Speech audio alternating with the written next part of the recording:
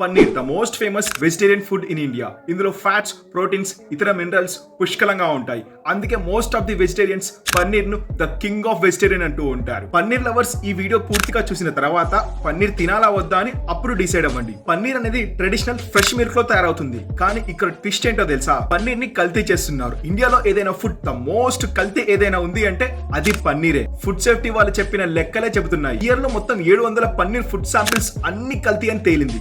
కర్ణాటకలోని బెంగళూరులో 163 టెస్ట్ చేస్తే అందులో 4 మాత్రమే పన్నీర్ టెస్ట్ పాస్ అయ్యాయి. మిగతా అన్ని ఫెయిల్ అయిపోయాయి. లక్నో సిటీలో 50% పన్నీర్ టెస్ట్ అన్ని ఫెయిల్ అయ్యాయి. తెలుగు రాష్ట్రాలు ఏం తక్కువ కాదు. హైదరాబాద్ దేశానికి వస్తే మొత్తం 600 కేజీల పన్నీర్ ను సీజ్ చేశారు. ఇది కేవలం కొన్ని సిటీస్ కే పరిమితం కాదు. ఇండియా మొత్తం ఈ ప్రాబ్లమ్ ని ఫేస్ చేస్తుంది. మరి పన్నీర్ ను ఎలా కల్తీ చేస్తారంటున్నారా?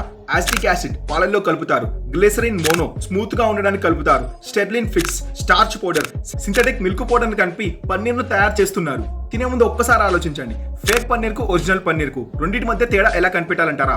అయోడిన్ టెస్ట్ చేస్తారు. అయోడిన్ ని పన్నీర్ మీద కలిపితే ఆ కలర్ టర్న్ అవుతే అది పన్నీర్ కల్తీ అన్నట్టు. ఒకవేళ పన్నీర్ సేమ్ కలర్ తెల్లగా ఉంటే అది ప్యూర్ అన్నట్టు. అసలు ఈ పన్నీర్ ని కల్తీ చేయడానికి మెయిన్ రీజన్స్ హై డిమాండ్, లో in supply and lack of regulations కూడా. ఫుడ్ సేఫ్టీ అథారిటీ వాళ్ళు ఫ్రీక్వెంట్ గా చెక్ చేయడం పోవడం వల్ల ఎంతో మంది ఫేక్ ప్రొడక్ట్స్ అమ్ముతూ రెచ్చిపోతున్నారు. ఓన్లీ పన్నీరే కాదు, దేశంలో ఎన్నో ఫుడ్స్ ని అడల్టరేషన్ చేసి అమ్ముతున్నారు. ఒక్కసారి పన్నీర్ తినే ముందు ఇవన్నీ ఆలోచించి తినండి.